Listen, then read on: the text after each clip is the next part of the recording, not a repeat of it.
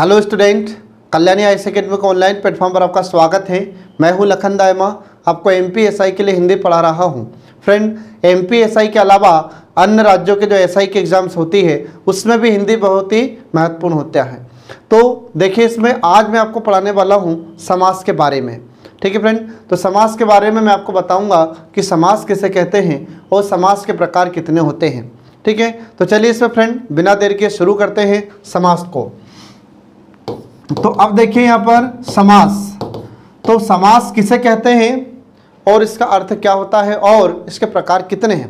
तो देखिए, इसमें जो समास शब्द होता है यह दो शब्दों से मिलकर बनता है। तो यह दो कौन कौन से शब्दों से मिलकर बनता है, तो आपको याद रखना है कि जो समास शब्द होता है यह दो शब्दों से मिलकर बना है, जिसमें पहला शब्द होता है सम और दूसरा होता है आस। ठीक है, पहला क्या हो जाता है सम और दूसरा होता है आस। तो यहाँ पर सम का मतलब होता है पास और आस का मतलब होता है बैठाना। तो फिर इसका एक अर्थ क्या हो जाता है, तो आपको ध्यान रखना है कि शब्दों को पास बैठाने की विधि, शब्दों को पास बैठाने की विधि समास कहलाता है।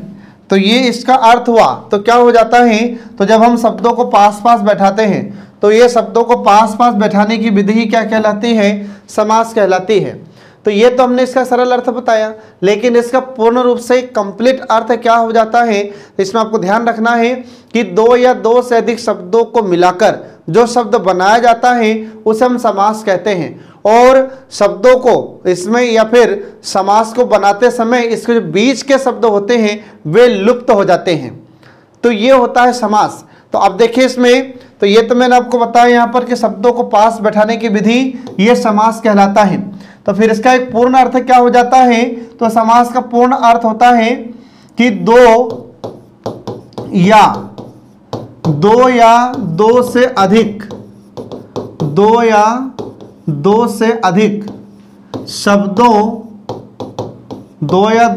शब्दों को मिलाकर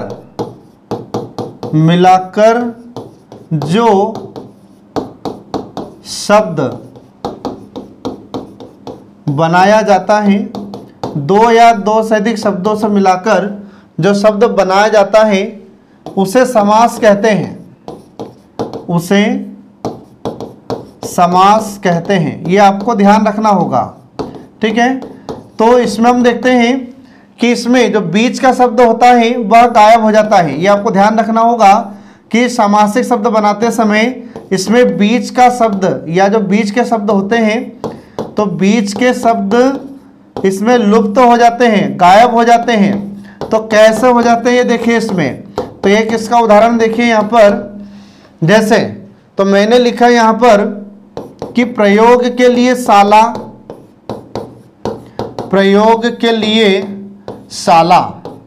ये मैंने यहाँ पर एक शब्द ये लिखा। तो प्रयोग के लिए शाला, अब दो या दो से अधिक शब्द इसमें है, मतलब दो से अधिक शब्द हैं, तो इनको मिलाकर जो शब्द बनाया जाएगा, तो इनको मिलाकर शब्द हमने क्या बनाया यहाँ पर, प्रयोगशाला। तो प्रयोगशाला यहाँ पर क्या हुआ, ये समासिक शब्द हो जाता है। अब इसमें जो बीच के शब्द होते हैं, मतलब यहाँ पर जो के लिए हैं, तो ये यहाँ पर लुप्त हो जाते हैं। तो इसलिए प्रयोग के लिए शाला के लिए एक शब्द क्या हो जाएगा, मतलब समासिक शब्द क्या हो जाएगा, प्रयोगशाला हो जाता है। ठीक है, तो हमने यहाँ पर अभी देखा है कि इसमें बीच के शब्द लुप्त हो गए हैं, तो मतलब के लिए यहाँ पर लुप्त हो गए। तो इसमें आपको ध्यान रखना है कि समासिक शब्द या समास किसे कहते हैं, तो दो या दो से अधिक शब्दों को मिलाकर जो शब्द बनाया जाता है उसे हम समास कहते हैं। ठीक है, अब इसमें आपको ध्यान रखना होगा कि समासिक शब्द किसे कहते हैं और समास विग्रह किसे कहते हैं। तो देखिए यहाँ पर समासिक शब्द किसे कहा जाता है और समास विग्रह क्या होता है।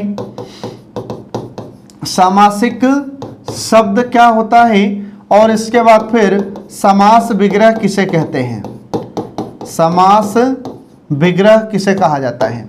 तो पहले देखिए इसमें सामासिक शब्द क्या होता है। तो जब दो या दो से अधिक शब्दों को मिलाकर जो शब्द बनाया जाता है उसे सामासिक शब्द कहते हैं। तो यहां पर हमने आपको जो शब्द बनाकर बताया था जो था प्रयोगशाला, तो प्रयोगशाला कैसा शब्द है?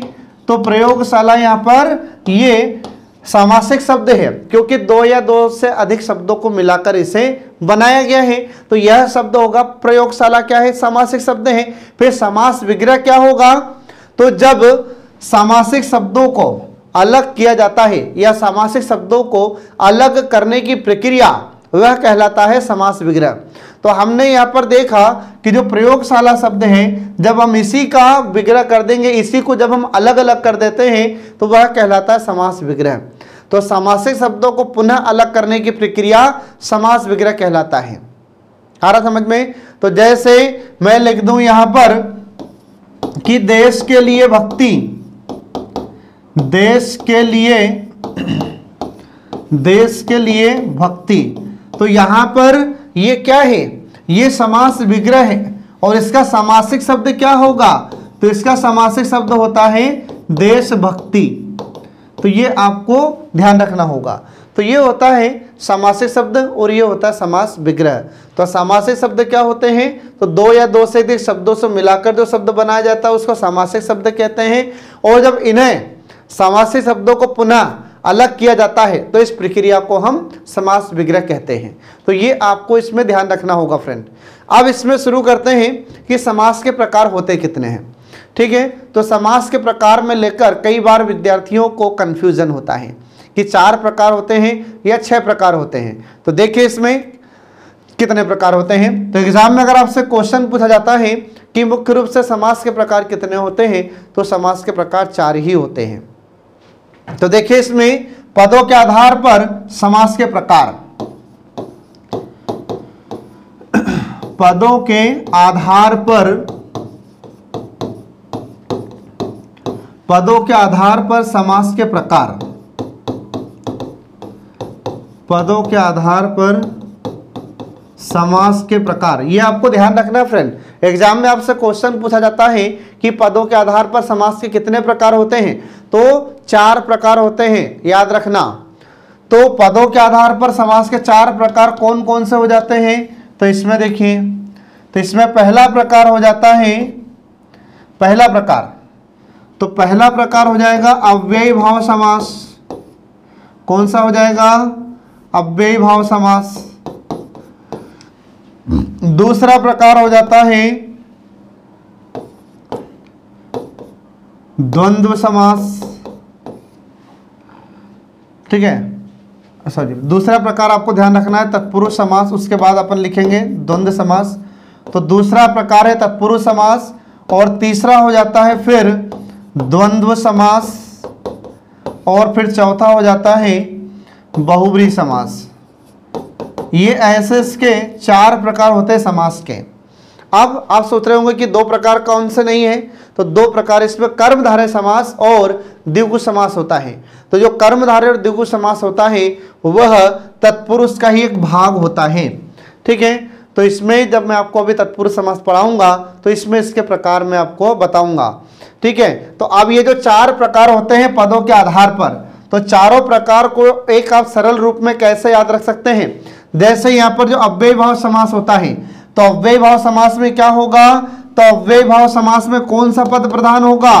तो इसमें पहले पद की प्रधानता होगी या पहला पद इसमें प्रधान होगा। किसमें? अव्ययी भाव समास में। और फिर जो दूसरा प्रकार होता है तत्पुरुष समास, तो तत्पुरुष समास में क्या होता है? तो इसमें हम देखते हैं कि उत्तर पद या इसमें दूसरा पद प्रधान होता है। क्या होता है? इसमें दूसरा पद प्रधान होता है। फिर जो तीसरा होता है द्वंद्व समास, तो इसमें क्या होगा? इसमें दोनों पद प्रधान होंगे, दोनों पद प्रधान होते हैं। और जो लास्ट होता है बहुब्रीहि समास, तो बहुब्रीहि समास में क्या होगा कि इसमें दोनों ही पद प्रधान नहीं होते बल्कि कोई तीसरा ही अर्थ प्रकट होता है या कोई अन्य ही अर्थ निकलता है, तो उसे हम बहुब्रीहि समास कहते हैं। आ रहा समझ में?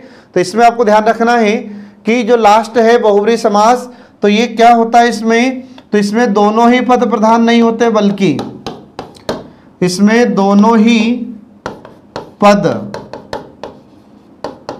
प्रधान नहीं होते बल्कि अन्य ही अर्थ निकलता है या प्रकट होता है। तो ये आपको इसमें ध्यान रखना होगा। तो बहुब्री समास में क्या होता है कि इसमें दोनों ही पद प्रधान नहीं होते और कोई तीसरा ही या कोई अन्य ही अर्थ इसमें प्रकट होता है या अन्य ही अर्थ निकलता है, तो उसे हम बहुब्री समास कहते हैं। तो ये पदों के आधार पर समास के 4 प्रकार होते हैं फ्रेंड। अब इसमें सबसे पहला शुरू हम करते हैं अव्ययी भाव समास को, फिर उसके बाद में पढ़ेंगे हम तत्पुरुष समास को, फिर तत्पुरुष समास के कौन कौन से प्रकार हैं मैं आपको बताऊंगा अभी। तो देखिए इसमें पहले अव्ययी भाव समास। तो देखिए इसमें समास का पहला प्रकार शुरू हो जाता है अव्ययी भाव समास। ठीक है, पहला प्रकार होता है अव्ययी भाव समास। अब अव्ययी भाव समास का अर्थ क्या होता है, तो इसमें आपको ध्यान रखना है कि जिस समास का पहला पद प्रधान होता है उसे हम अव्ययी भाव समास कहते हैं। आ रहा समझ में? तो अव्ययी भाव समास किसे कहा जाता है, तो जिस समास का पहला पद प्रधान होता है, जिस समास का पहला पद प्रधान होता है, तो ये आपको ध्यान रखना होगा। इसमें कौन से पद की प्रधानता होती है, तो इसमें पहले पद की प्रधानता होती है, मतलब इसमें पहला पद प्रधान होता है किसमें, अव्ययी भाव समास में। ठीक है, इसके बाद फिर इसमें हम देखते हैं तो इसमें उपसर्ग आते हैं, ये आपको ध्यान रखना होगा। ये एक ऐसा समास होता है जिसमें उपसर्ग प्रयोग में लाए जाते हैं। ठीक है, तो इसमें आपको ध्यान रखना होगा कि इस समास में उपसर्ग आते हैं। इस समास में क्या होगा, तो इसमें उपसर्ग आते हैं। अब यहां पर उपसर्ग का अर्थ क्या हो जाता है, तो उपसर्ग का अर्थ आपको ध्यान रखना है कि वह शब्दांश या वह शब्दांश जो किसी भी शब्द के शुरुआत में लगकर उस शब्द के अर्थ में परिवर्तन कर देता है। तो उपसर्ग का अपने आप में भी अर्थ होता है और यह जिस शब्द की शुरुआत में लगेगा उसके भी अर्थ में परिवर्तन कर देता है, उपसर्ग कहलाता है। आ रहा समझ में? ये आपको ध्यान रखना होगा फ्रेंड। तो बहु अव्ययी भाव समास क्या हो जाता है, तो आपको ध्यान रखना है कि इसमें पहले पद की प्रधानता होती है या पहला पद प्रधान होता है और इसमें उपसर्ग आते हैं। अब उपसर्ग कौन कौन से आ जाते हैं, तो इसमें जैसे अति, प्रति, अनु, ठीक है, आ, इस प्रकार के उपसर्ग इसमें प्रयोग में लाए जाते हैं। तो कुछ उपसर्ग के बारे में देखिए, यहाँ पर कुछ उपसर्ग यहाँ पर प्रयोग में लाए जाते हैं। तो कौन कौन से उपसर्ग इसमें प्रयुक्त होते हैं अव्ययी भाव समास में, जैसे पहला उपसर्ग आ जाता है यथा, फिर इसके बाद में अनु, फिर इसके बाद में प्रति, फिर इसके बाद में आ, फिर इसके बाद में आ, ठीक है, फिर इसके बाद में यावत। इस प्रकार के उपसर्गों का प्रयोग इसमें किया जाता है। किसमें, ये अव्ययी भाव समास में। तो ये आपको ध्यान रखना होगा। अब इसका मैं आपको एक उदाहरण देकर बताता हूं। तो देखिए इसमें एक उदाहरण आता है इसका। तो पहले इसमें हम देखते हैं उपसर्ग में, तो जैसे हमने लिखा यहां पर यथाशीघ्र, ठीक है, तो यथाशीघ्र में इसमें उपसर्ग क्या होगा, तो उपसर्ग इसमें यथा।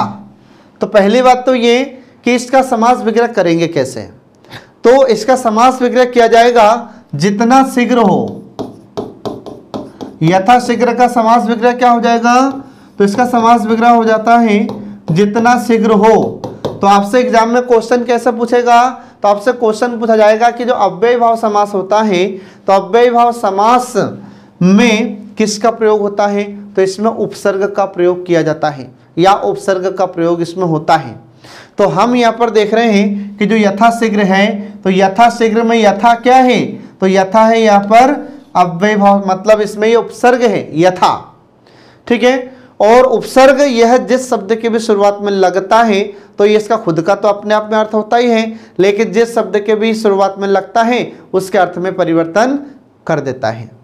ठीक है, तो यहां पर अपन देखते हैं कि शीघ्र, तो शीघ्र का मतलब तो होता है जल्दी, लेकिन जब इसकी शुरुआत में हमने लगाया यथा को, तो इसमें अर्थ में परिवर्तन हो गया कि नहीं हो गया, तो इसमें परिवर्तन हो जाता है कि जितना शीघ्र हो।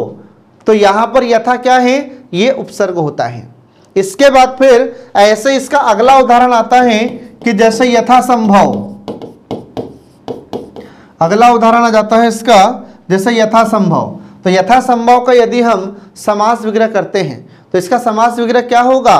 तो इसका समास विग्रह होता है जितना या जैसा संभव हो, जैसा संभव हो। ठीक है, तो यहां पर अपन देखते हैं कि इसमें उपसर्ग क्या है? तो उपसर्ग इसमें यथा है, मतलब इसमें प्रथम पद की प्रधानता है। क्यों प्रधानता है प्रथम पद की? क्योंकि इसके कारण इसके शब्द के अर्थ में परिवर्तन हो रहा है।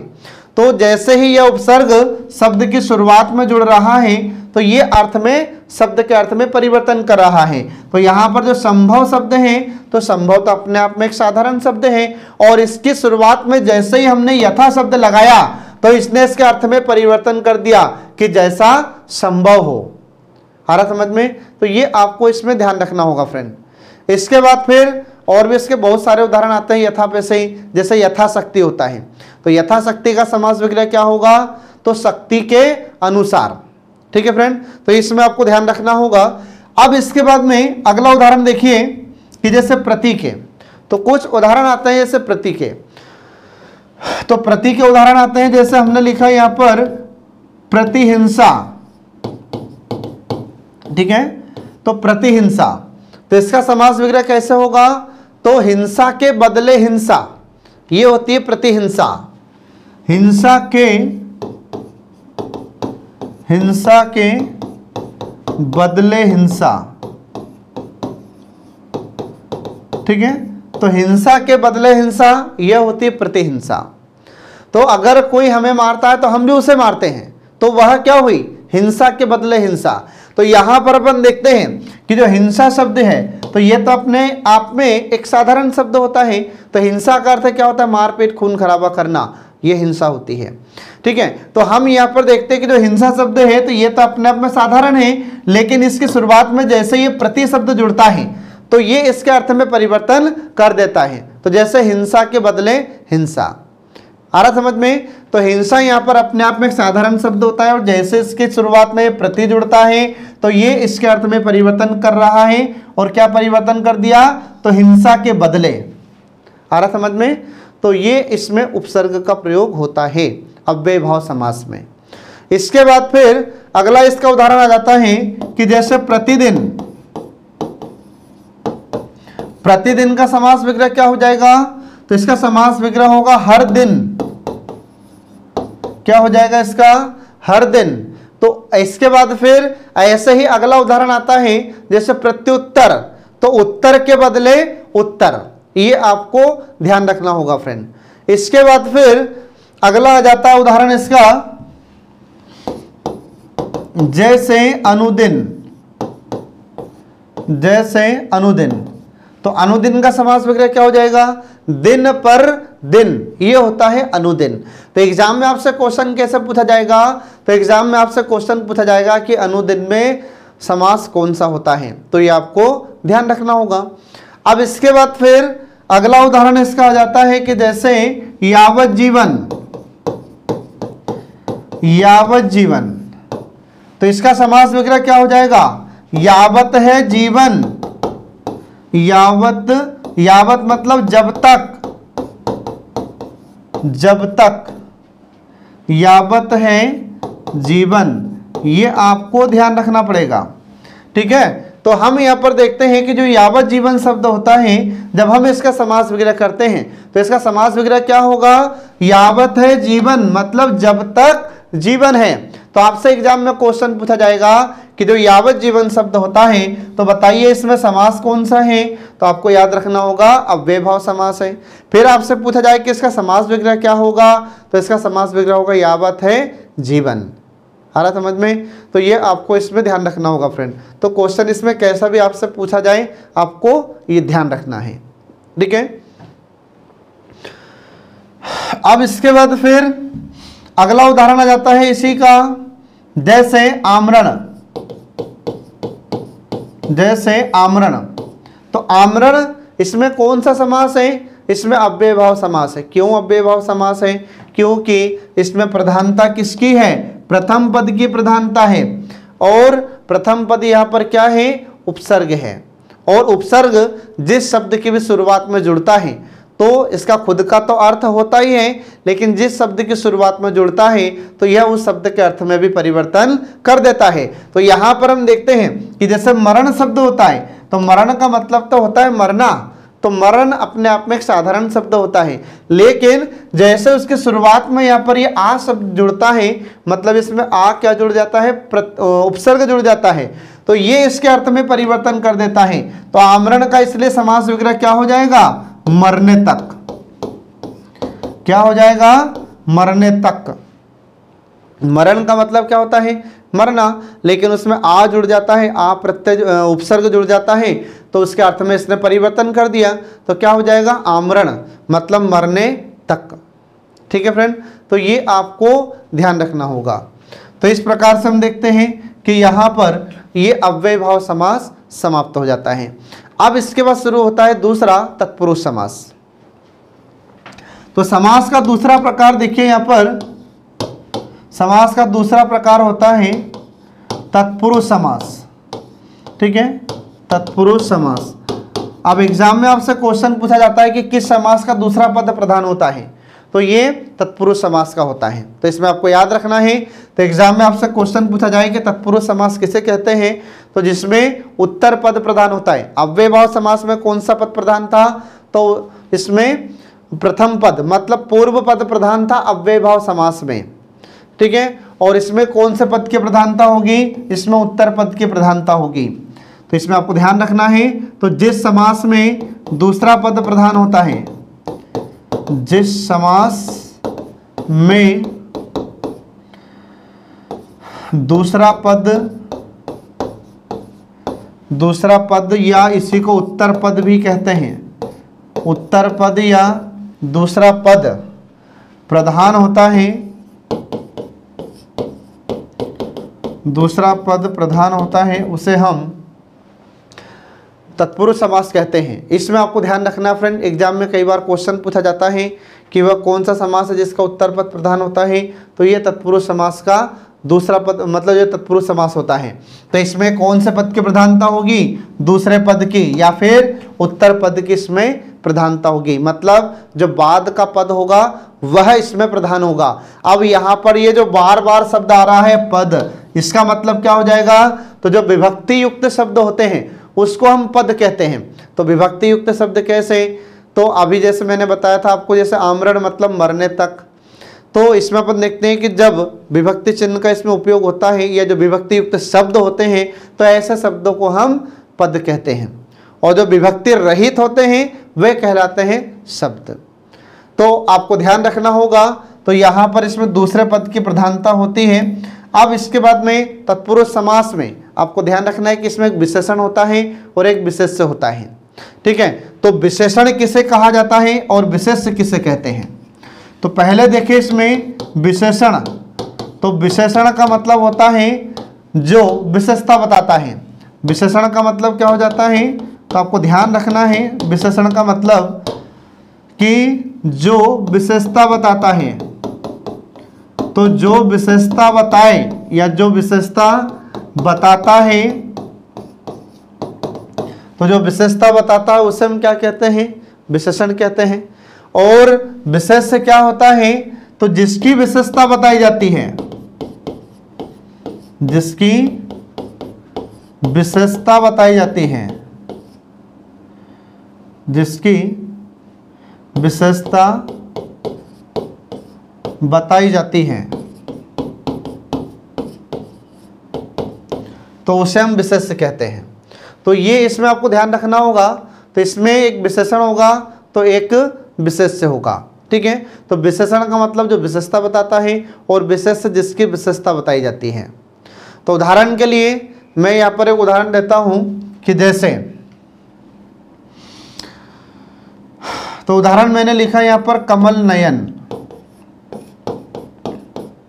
ठीक है, उदाहरण अपन ने क्या लिखा यहाँ पर, कमल नयन लिखा।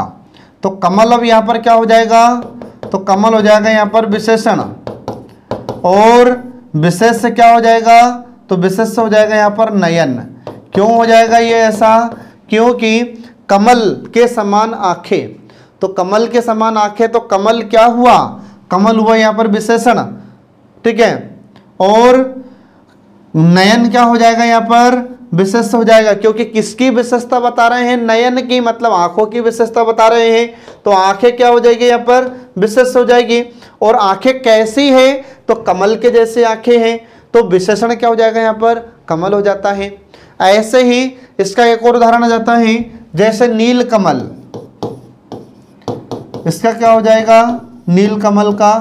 तो नील कमल, तो यहाँ पर हम देखते हैं कि नीला, नील मतलब क्या हो जाएगा, नीला। तो नीला यहाँ पर क्या है ये, तो नीला यहाँ पर ये विशेषण है। और यहाँ पर कमल क्या हो जाएगा, तो कमल हो जाएगा यहाँ पर विशेष्य।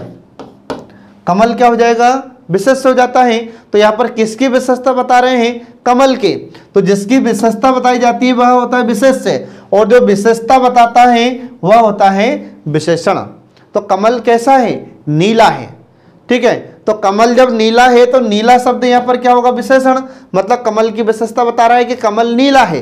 और यहाँ पर जो कमल शब्द होता है तो कमल होगा यहाँ पर विशेष्य। तो किसकी विशेषता बताई जा रही है कि कमल की नीला है, तो कमल नीला है, तो कमल की विशेषता बता रहे हैं, इसलिए कमल होगा यहाँ पर विशेष्य।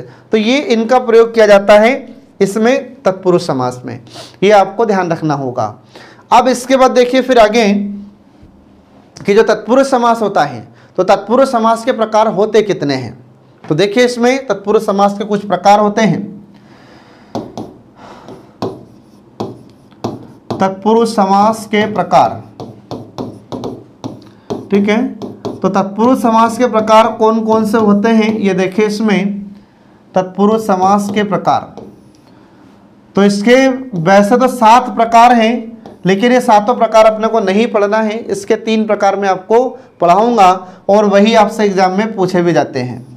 तो इसके प्रकार में पहला प्रकार देखिए यहाँ पर लुप्त कारक चिन्ह तत्पुरुष समास, पहला हो जाता है लुप्त कारक चिन्ह तत्पुरुष समास। दूसरा प्रकार इसका हो जाता है कर्मधारय तत्पुरुष समास। तीसरा इसका प्रकार हो जाता है द्विगु समास। चौथा इसका प्रकार हो जाता है अलुक तत्पुरुष समास। पांचवा इसका प्रकार हो जाता है न तत्पुरुष समास। और छठवा हो जाता है लुप्त पद तत्पुरुष समास, लुप्त पद। और सातवां इसका प्रकार हो जाता है उपपद तत्पुरुष समास। तो इस प्रकार हम देखते हैं कि इसके कितने प्रकार होते हैं, तो इसके 7 प्रकार होते हैं। लेकिन हमसे जो एग्जाम में अभी तक पूछे गए हैं और जब पूछे जाएंगे तो वह लुप्त कारक चिन्ह तत्पुरुष समास से, कर्मधारय समास से और द्विगु समास से पूछे जाते हैं। तो ये आपको इसमें ध्यान रखना होगा फ्रेंड, ठीक है। तो अगर एग्जाम में भी आपसे क्वेश्चन पूछा जाता है कि जो तत्पुरुष समास होते हैं तो इसके प्रकार कितने होते हैं, तो प्रकार तो 7 होते हैं, लेकिन ये जो बाद वाले 4 प्रकार हैं तो ये एग्जाम में अभी तक नहीं पूछे गए हैं और नहीं इनसे कोई पूछे जाने की संभावनाएं हैं। तो इसलिए यहाँ पर मैं आपको पढ़ाऊंगा इसमें लुप्त कारक चिन्ह तत्पुरुष समास, कर्मधारय समास और द्विगु समास। अब इसमें सबसे पहले शुरू करते हैं हम लुप्त कारक चिन्ह तत्पुरुष समास। तो देखिए इसमें पहला प्रकार इसका, तो पहला प्रकार हो जाता है लुप्त कारक चिन्ह तत्पुरुष समास। लुप्त कारक चिन्ह तत्पुरुष समास, ठीक है। अब जो लुप्त कारक चिन्ह तत्पुरुष समास होता है तो इसका अर्थ क्या होता है या किसे कहते हैं लुप्त कारक चिन्ह तत्पुरुष समास। तो वह समास जो कारक चिन्हों के लोप से बनता है, ऐसे समास को हम लुप्त कारक चिन्ह तत्पुरुष समास कहते हैं। तो ये आपको ध्यान रखना होगा फ्रेंड। तो एग्जाम में आपसे क्वेश्चन पूछा जा सकता है कि लुप्त कारक चिन्ह तत्पुरुष समास किसे कहते हैं। तो वह समास जो कारक चिन्हों के लोप से बनता है, तो ऐसे समास को हम लुप्त कारक चिन्ह तत्पुरुष समास कहते हैं। मतलब जो लुप्त कारक चिन्ह तत्पुरुष समास होता है तो वह किसके लोप से बनता है? तो आपको याद रखना होगा कि यह कारक चिन्हों के लोप से बनता है। तो ऐसे समास को हम लुप्त कारक चिन्ह तत्पुरुष समास कहते हैं। अब ध्यान रखना कि जब भी आपको चिन्ह लिखना हो तो चिन्ह आपको इस प्रकार से लिखना होगा, ये इसका सही रूप है। कई बार क्या होता है कि जो चिन्ह लिखा जाता है तो उसको ऐसा लिखते हैं ज्यादातर, ठीक है, ऐसा, जो कि गलत होता है। ऐसा कभी ना लिखें आप, ये अशुद्ध होता है। शुद्ध रूप कौन सा होगा? तो शुद्ध रूप इस प्रकार से इसका होता है चिह्न। ठीक है फ्रेंड, अब इसमें देखिए कि जो लुप्त कारक चिन्ह तत्पुरुष समास होता है तो इसके प्रकार कितने होते हैं? तो इसके 6 प्रकार होते हैं, वो देखिए आगे। तो जो लुप्त कारक चिन्ह तत्पुरुष समास होता है इसके 6 प्रकार होते हैं। लुप्त कारक चिन्ह के 6 प्रकार होते हैं। तो इसके 6 प्रकार कौन कौन से हो जाते हैं देखिए इसमें। तो 6 प्रकार में पहला प्रकार, तो इसमें पहला प्रकार कौन सा हो जाएगा? तो आपको ध्यान रखना है कि हमारी हिंदी में कारक कितने होते हैं? तो हिंदी में कारक होते हैं 8। तो 8 में से यहाँ पर 2 का प्रयोग नहीं होता, एक तो कर्ता का और लास्ट में संबोधन का। इन 2 का प्रयोग यहाँ पर समास में नहीं किया जाता है। तो इसमें बाकी जो बचे फिर 6 प्रकार हैं उनको यहाँ पर शामिल इसमें किया गया है। तो लुप्त कारक चिन्ह तत्पुरुष समास के 6 प्रकार होते हैं, जिसमें पहला प्रकार आता है कर्म, दूसरा होता है करण, तीसरा होता है संप्रदान, चौथा होता है अपादान, पांचवा होता है संबंध, छठवां होता है अधिकरण। तो ऐसे इसके 6 प्रकार होते हैं जो आपको याद रखना होगा। तो एग्जाम में आपसे क्वेश्चन पूछा जा सकता है कि बताओ कि जो लुप्त कारक चिन्ह तत्पुरुष समास होता है तो लुप्त कारक चिन्ह तत्पुरुष समास के प्रकार कितने होते हैं? तो आपको बताना होगा इसके ये 6 प्रकार होते हैं। आ रहा समझ में? अब इसके बाद में इनको 6 को याद रखने के साथ साथ आपको इनके कारक चिन्ह भी याद रखना होगा। तो कारक चिन्ह कौन कौन से होते हैं? तो जैसे इसमें हम देखते हैं कि जैसे कर्म, तो कर्म का कारक चिन्ह क्या होगा? तो को कर्म का कारक चिन्ह क्या हो जाता है? को। फिर इसके बाद में जो करण होता है तो करण का कारक चिन्ह क्या होगा? से या के द्वारा, ये इसका विभक्ति चिन्ह होता है या इसका कारक चिन्ह होता है। फिर इसके बाद में यहाँ पर संप्रदान होता है तो संप्रदान का कारक चिन्ह क्या हो जाएगा? के लिए। फिर इसके बाद में अपादान का क्या हो जाएगा? तो अपादान का कारक चिन्ह से होता है।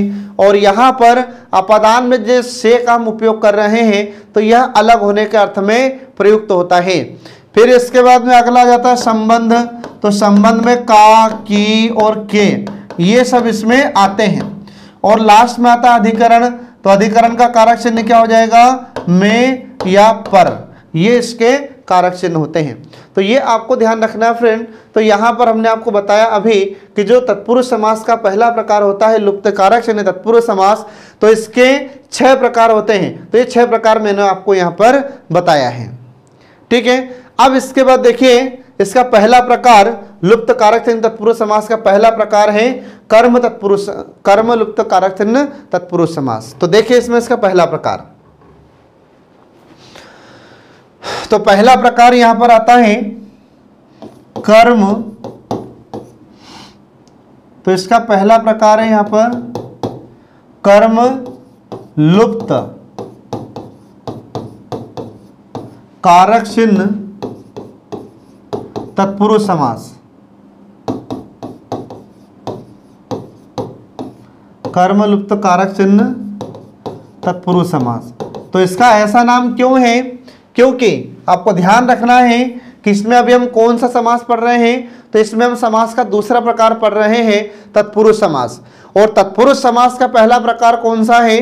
तो लुप्त कारक चिन्ह तत्पुरुष समास। और लुप्त कारक चिन्ह तत्पुरुष समास का कौन सा प्रकार है? तो पहला प्रकार है इसमें कर्म तत्पुरुष समास, ठीक है। तो अब यहां पर आपको ध्यान रखना होगा, तो इसमें कर्म का कारक चिन्ह क्या होता है? तो आपको ध्यान रखना को,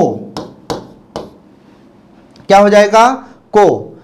तो आपको ध्यान रखना है इसमें कर्म का कारक चिन्ह होता है को, तो फिर इसका अर्थ क्या हो जाएगा, एक कर्म लुप्त कारक चिन्ह तत्पुरुष समास किसे कहते हैं। तो आपको ध्यान रखना है कि कर्म के कारक चिन्ह को के लोप से, इसका क्या हो जाएगा कि कर्म के कारक चिन्ह को के लोप से बनने वाला समास कर्म लुप्त कारक चिन्ह तत्पुरुष समास कहलाता है। ये आपको ध्यान रखना होगा।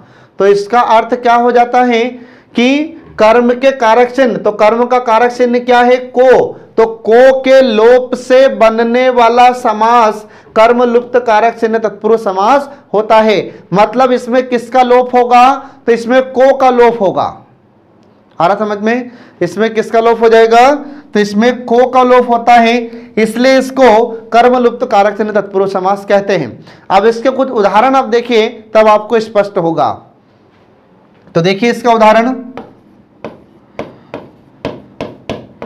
तो इसका उदाहरण हमने लिखा यहां पर कि जैसे विरोधजनक, ठीक है, विरोधजनक।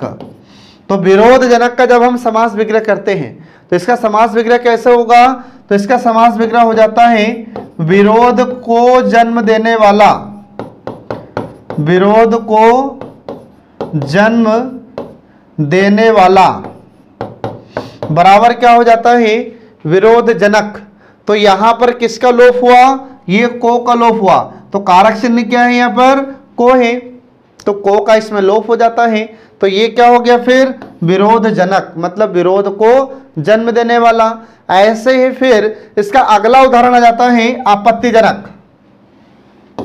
अगला उदाहरण है इसका जैसे आपत्तिजनक। तो आपत्तिजनक का यदि हम समास विग्रह करते हैं तो इसका समास विग्रह क्या होगा, आपत्ति को जन्म देने वाला।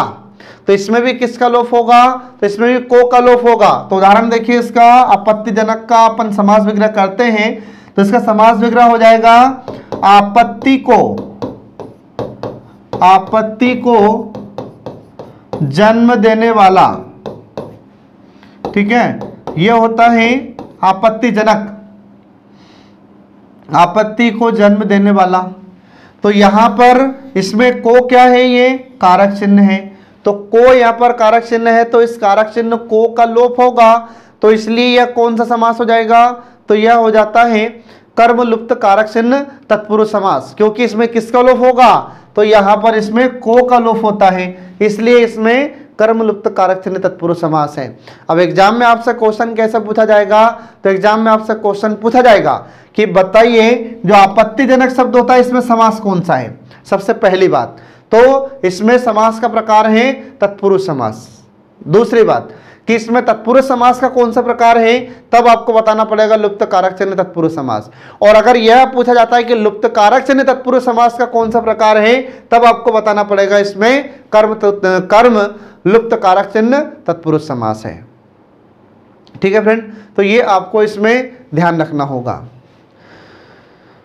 अब इसके बाद फिर इसका अगला उदाहरण और देखिए, जैसे चिड़ी मार। तो चिड़ी मार का क्या हो जाएगा, चिड़ी को मारने वाला। इसके बाद फिर ऐसे ही जैसे जेब कतरा होता है, तो जेब कतरा मतलब जेब को कतरने वाला होता है। अब देखिए फ्रेंड, इसमें अगला उदाहरण आता है जैसे मनोहर। अगला उदाहरण है मनोहर। तो इसका समास विग्रह क्या हो जाएगा, तो इसका समास विग्रह हो जाता है मन को हरने वाला। तो इसका क्या हो जाएगा, मन को हरने वाला। आ रहा समझ में, तो मन को हरने वाला। तो यहां पर भी किसका लोप होगा, तो यहां पर भी इसमें को का लोप हो जाएगा, इसलिए यह क्या हो जाएगा मनोहर हो जाता है। ये आपको ध्यान रखना होगा। इसके बाद फिर इसका एक उदाहरण आता है जो एग्जाम में आपसे पूछा गया है, जैसे गिरहकट। तो आपसे क्वेश्चन पूछा गया है कि गिरहकट का समास विग्रह क्या होगा।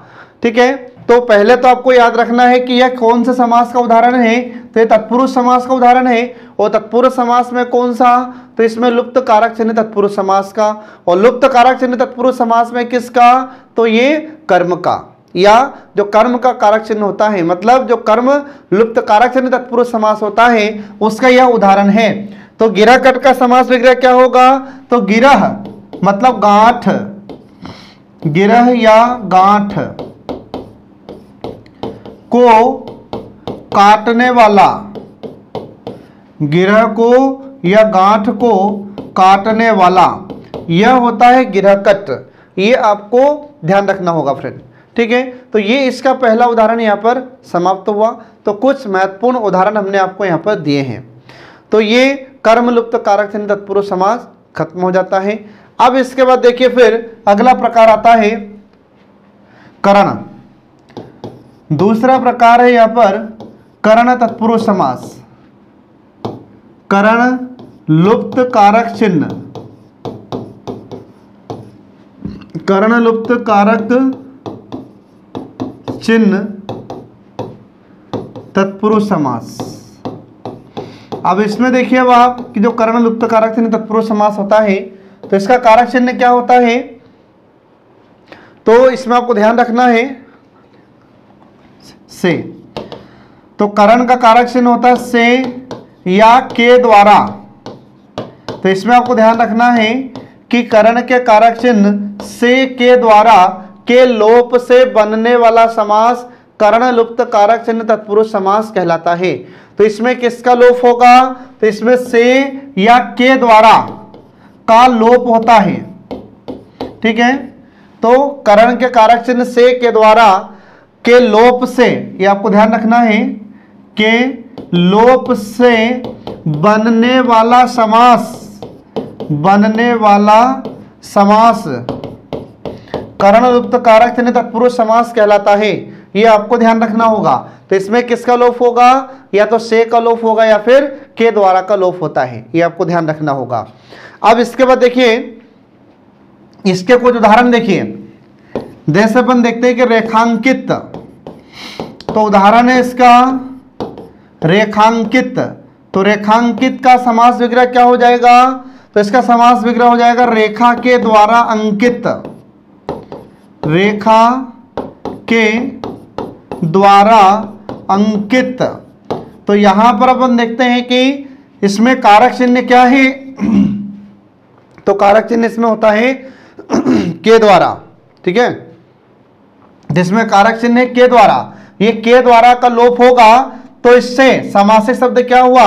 समासिक शब्द बनता है रेखांकित। इसलिए रेखा के द्वारा अंकित का समासिक शब्द हो जाता है यहां पर रेखांकित। ये आपको ध्यान रखना होगा फ्रेंड। इसके बाद फिर इसी करण का अगला उदाहरण आता है जैसे रेल यात्रा, जैसे रेल यात्रा। तो इसका समास विग्रह क्या हो जाएगा? तो रेल के द्वारा यात्रा, ठीक है। अब इसके बाद फिर तो इसका समास विग्रह क्या हो जाएगा? रेल के द्वारा यात्रा। ये हो जाता है रेल यात्रा। तो यहां पर इसमें किसका लोप हो जाएगा? तो इसमें के द्वारा का लोप हो जाता है। इसलिए इसको क्या कहा जाता है? इसलिए इसको करण लुप्त कारक चिन्ह तत्पुरुष समास कहते हैं। ये आपको ध्यान रखना होगा फ्रेंड, ठीक है। अब इसके बाद फिर अगला इसका उदाहरण आता है जैसे धर्मांध, जैसे धर्मांध। तो इसका समास विग्रह क्या हो जाएगा? तो इसका समास विग्रह होगा धर्म से अंधा। क्या हो जाएगा यहां पर? धर्म से अंधा। तो फिर इसमें किसका लोप होगा? से का लोप होगा। तो से का लोप होगा तो इसका जो समासिक शब्द होगा वो क्या होगा? धर्मांध हो जाएगा। इसलिए धर्म से अंधा का समासिक शब्द होता है धर्मांध। ऐसे ही फिर इसका अगला उदाहरण आ जाता है जैसे कर्मांध। तो कर्मांध का समास विग्रह करेंगे तो क्या हो जाएगा? इसका समास विग्रह होगा कर्म से अंधा। क्या हो जाता है? कर्म से अंधा। तो इसमें भी किसका लोप होगा? से का लोप हो जाता है।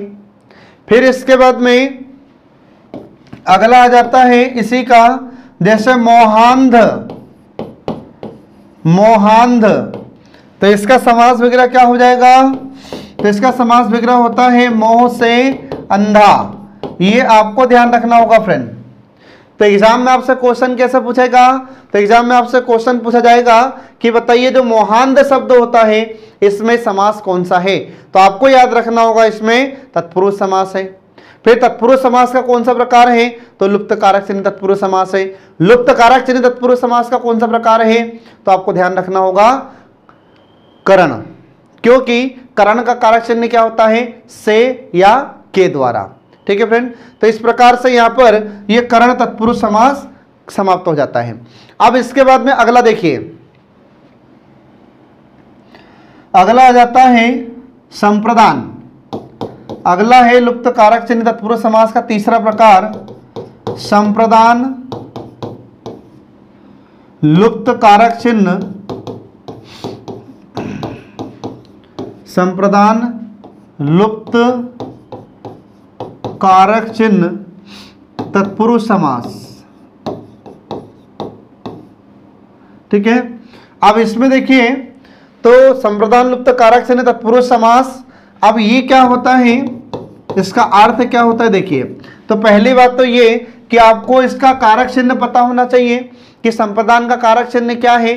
तो आपको कैसे भी करके जो 6 कारक होते हैं इनके कारक चिन्ह आपको याद रखना होगा, इनकी विभक्ति याद रखना होगा, तो एग्जाम में आपको इससे बहुत सहायता मिलेगी। ठीक है, तो संप्रदान का कारक चिन्ह होता है के लिए, तो फिर इसको हम परिभाषित कैसे करेंगे संप्रदान लुप्त कारक चिन्ह तत्पुरुष समास को, तो वह समास जो संप्रदान के कारक चिन्ह के लिए के लोप से बनता है, या सीधा सा आपको अर्थ याद रखना है कि संप्रदान के कारक चिन्ह के लिए के लोप से बनने वाला समास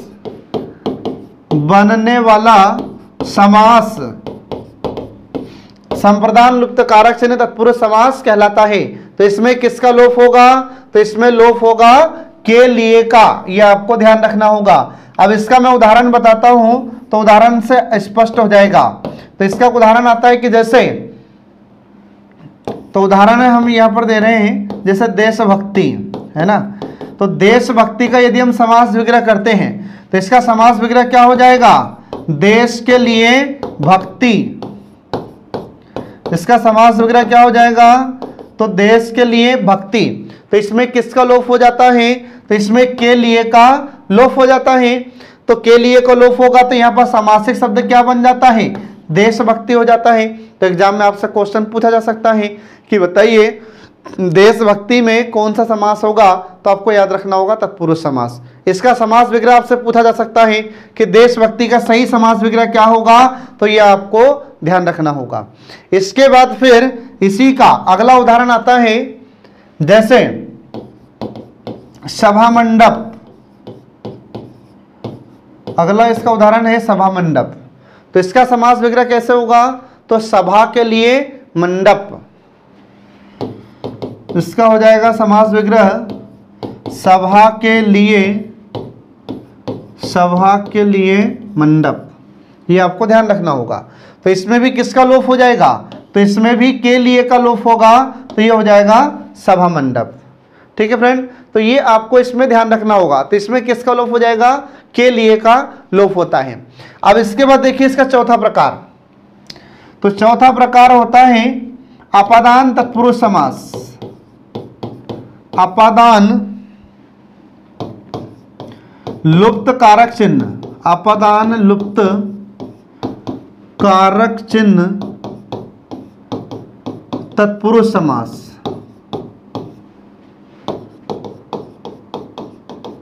ठीक है, अपादान लुप्त कारक चिन्ह तत्पुरुष समास। अब अपादान का कारक चिन्ह क्या होता है, तो मैंने आपको शुरू में ही बताया है कि इसका कारक चिन्ह होता है से, लेकिन ध्यान रहे कि इस से का अर्थ क्या होता है, तो इस से का अर्थ अलग होने के अर्थ में इसका प्रयोग किया जाता है। अलग होने के अर्थ में, यह आपको हमेशा ध्यान रखना है, अलग होने के अर्थ में। ठीक है, तो इससे पहले जब मैंने आपको बताया था करण में, तो करण में भी से का प्रयोग होता है, लेकिन वहां पर से का अर्थ क्या है, तो वहां पर से का अर्थ होता है जोड़ना, और यहां पर से का अर्थ क्या होगा, अलग करना। तो यहां पर जिस से की हम बात कर रहे हैं तो ये अलग होने के अर्थ में प्रयोग किया जाता है। तो फिर इसका अर्थ क्या हो जाएगा अपादान लुप्त कारक चिन्ह तत्पुरुष समास का? तो अपादान के कारक चिन्ह से के लोप से बनने वाला समास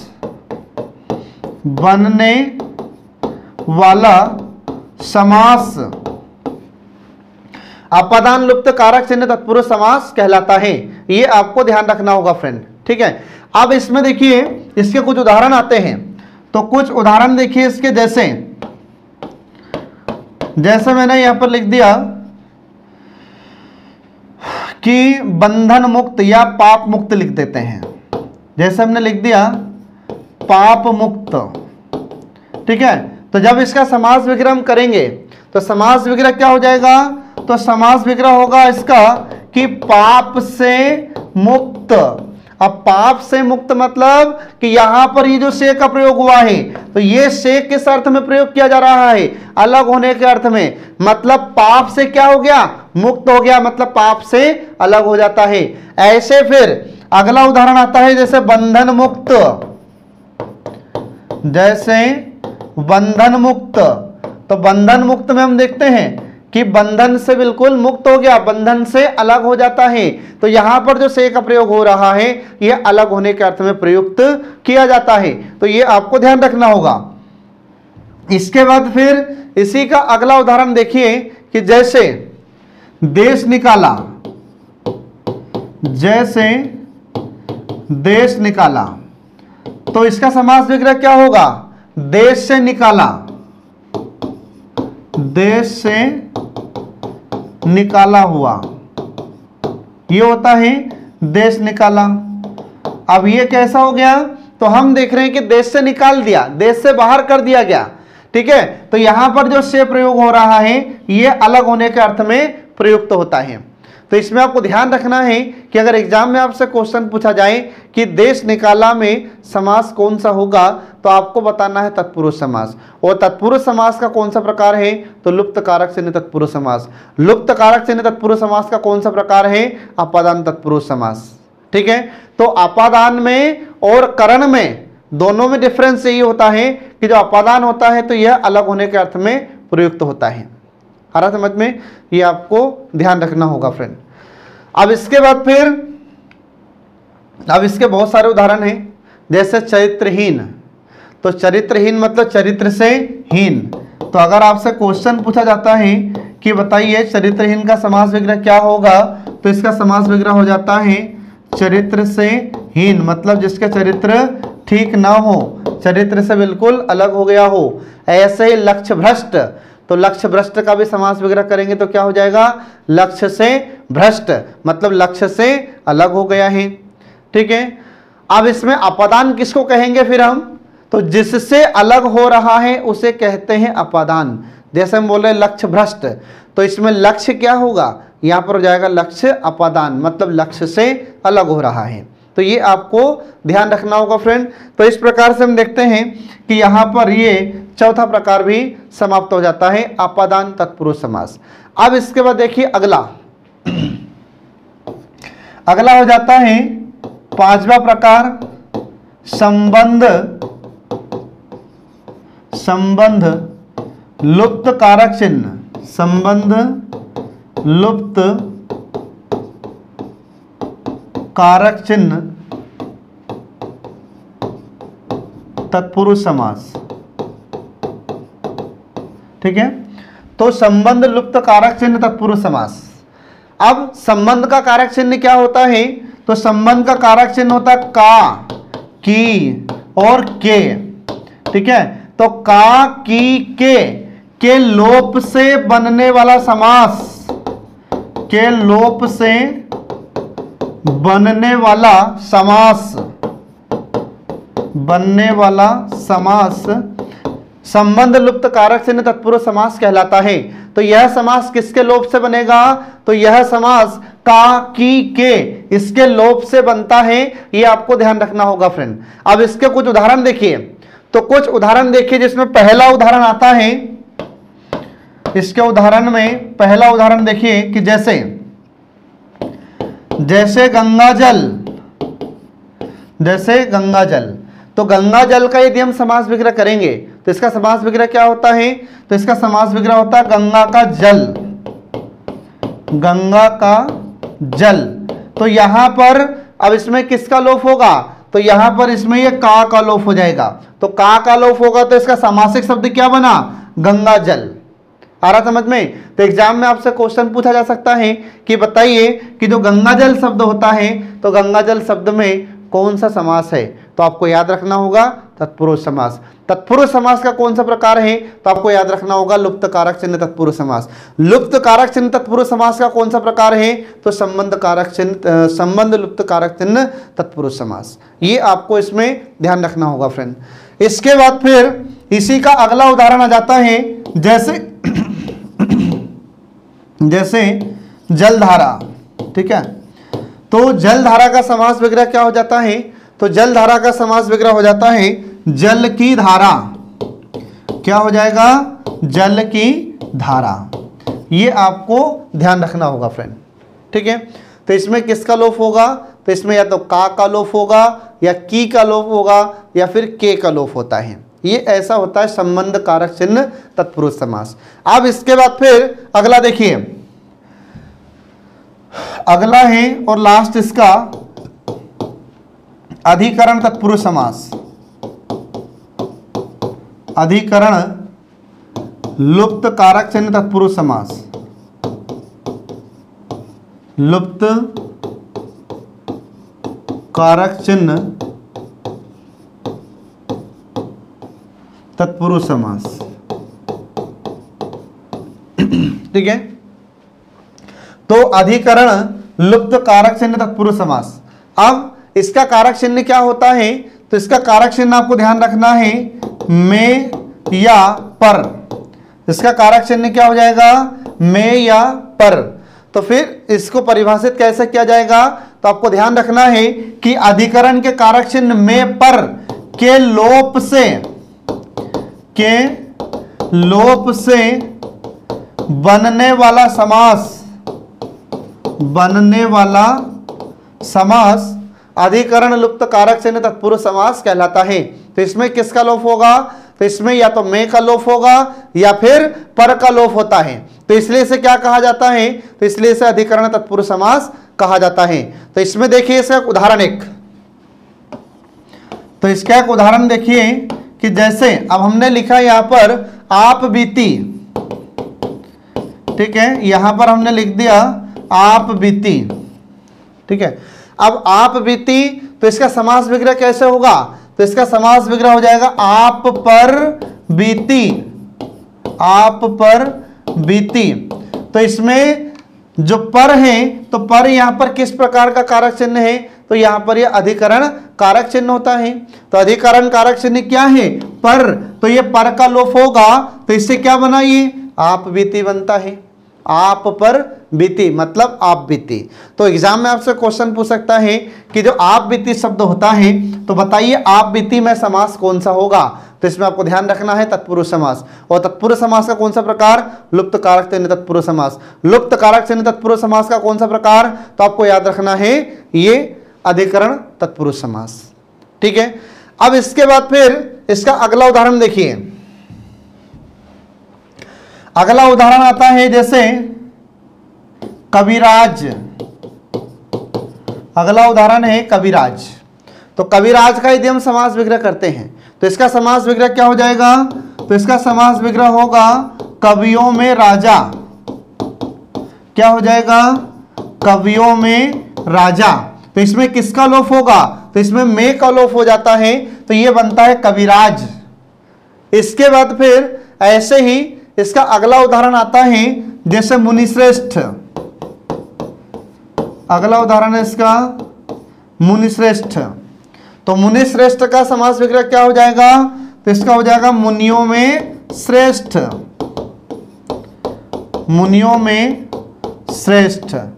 ठीक है, तो इसमें किसका लोप होगा, ये में का लोप हो जाएगा, तो ये हो जाएगा मुनिश्रेष्ठ। तो इसमें या तो में का लोप होगा या फिर पर का लोप हो जाता है। फिर इसके बाद में इसी का एक लास्ट उदाहरण आता है जो आपको बताना है। जैसे मैंने लिखा यहां पर कवि पुंगव। कवि पुंगव।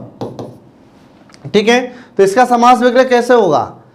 तो इसका समास विग्रह हो जाता है कवियों में पुंगव, कवियों में पुंगव। अब यहां पर पुंगव का अर्थ क्या हो जाता है? तो पुंगव का अर्थ होता है यहां पर श्रेष्ठ। क्या हो जाएगा पुंगव का अर्थ? श्रेष्ठ। तो फिर यहां पर कवियों में श्रेष्ठ, तो यहां पर किसका लोप होगा? में का लोप हो जाएगा। तो सामासिक शब्द क्या होगा? कवि पुंगव होता है। तो कवियों में श्रेष्ठ। आ रहा समझ में? तो ये आपको ध्यान रखना होगा फ्रेंड। तो इस प्रकार से हम देखते हैं कि जो अधिकरण तत्पुरुष समास होता है तो इसमें या तो में का लोप होगा या फिर पर का लोप होता है। ठीक है, तो इस प्रकार से यहां पर ये तत्पुरुष समास का पहला प्रकार लुप्त कारक से तत्पुरुष समास समाप्त हो जाता है। अब इसके बाद फिर अगला शुरू होगा कर्मधारय तत्पुरुष समास, फिर द्विगु समास, फिर उसके बाद मैं आपको पढ़ाऊंगा द्वंद्व समास और फिर उसके बाद में बहुब्रीहि समास। तो ये हम नेक्स्ट वीडियो में पढ़ाएंगे। तब तक के लिए नमस्कार।